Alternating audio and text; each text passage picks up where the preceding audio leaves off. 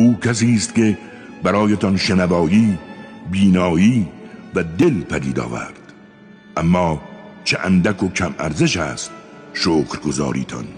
او کسی است که شما را در زمین آفرید، با این وجود به سویش جمع خواهید شد. او کسی است که زنده می کند و می میراند.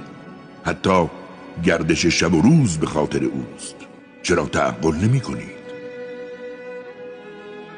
نه، آنها هم همان اباطیلی را می گویند که پیشینیانشان می گفتند آیا هنگامی که مردیم و تبدیل به مشتی خاک و استخوان شدیم دوباره زنده خواهیم شد؟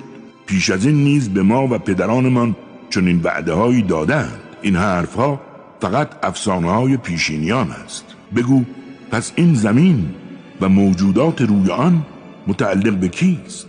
از کجا آمده است؟ اگر می‌دانید بگویید.